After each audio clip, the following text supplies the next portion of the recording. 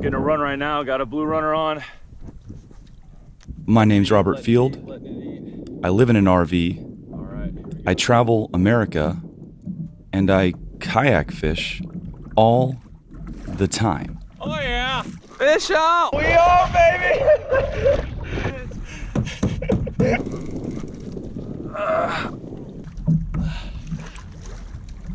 Solid fish, bro. Solid fish. It's already touched him. Grab tight.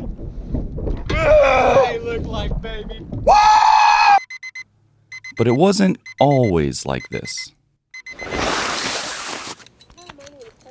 Like any good college grad, I knew that the key to happiness is make as much money as humanly possible and at all costs. So I got my master's in finance, was working in the financial advisory sector, you know, putting on a suit and tie every day.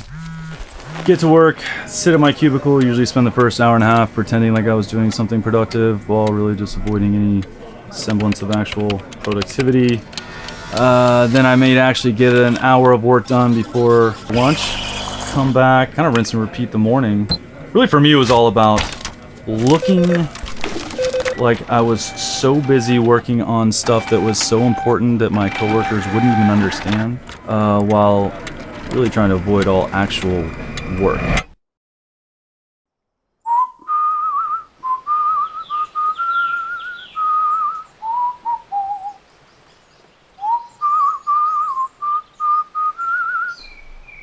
Kayak fishing, I think it sort of forces you just to slow down. You know, we live in this society where everything's about getting faster and more efficient and, you know, not having any idle time. And I think really that's sort of unnatural for us as a species almost.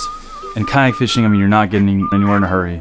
You're getting everywhere manually under your own power. When you find success, it really feels like I did that, you know, like I made all that happen. Really kind of forces you to stop and smell the roses, and I kind of one night had this epiphany that if I could just bring my house along with me, I could really take my time, dive into it, really kind of fully experience these places. So yeah, for me it's just kind of being able to travel around the country and not be in a hurry to get it done. So this is where I live, this is where I cook, this is where I eat, this is where I sleep, this is where I work. This is where I would watch TV if I watched TV. This is where I edit videos. Everything it takes to catch a fish. This is where I host. The ladies, that's not true. All of my worldly possessions are right in here. I've been learning how to slow my day down. I tap my foot to my own time. For so long I was a cog in the machine, but I let that grind of someone else's down.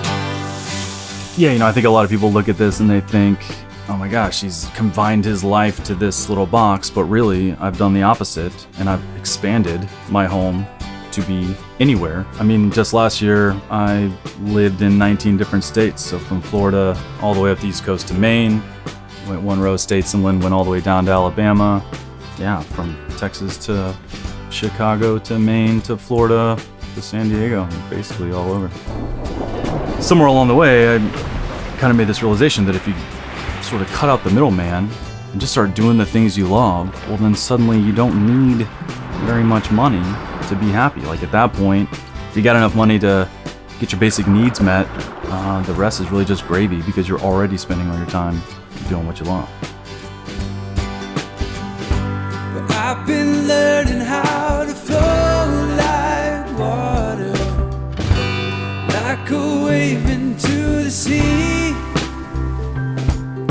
The flood will lift me up and soak my body clean. God help the man who tries to stop me.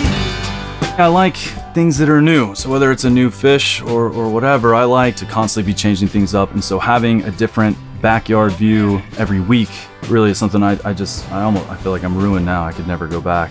The most rewarding part of this journey so far has been the biggest surprise. When I set out, I'm going through all 50 states. I thought about all the national monuments I was gonna see, and all the beautiful country I was gonna see, and all the new fish I was gonna catch. And I had this kind of laundry list in my head of all the things that were gonna make this rewarding. And so far and away, the most rewarding part of this whole thing has been the people that it's introduced into my life. It's really kind of restored my faith in humanity. People are just generally good, which is something I would have argued with myself before embarking on this journey, but it has introduced so many incredible people that I remain friends with to this day.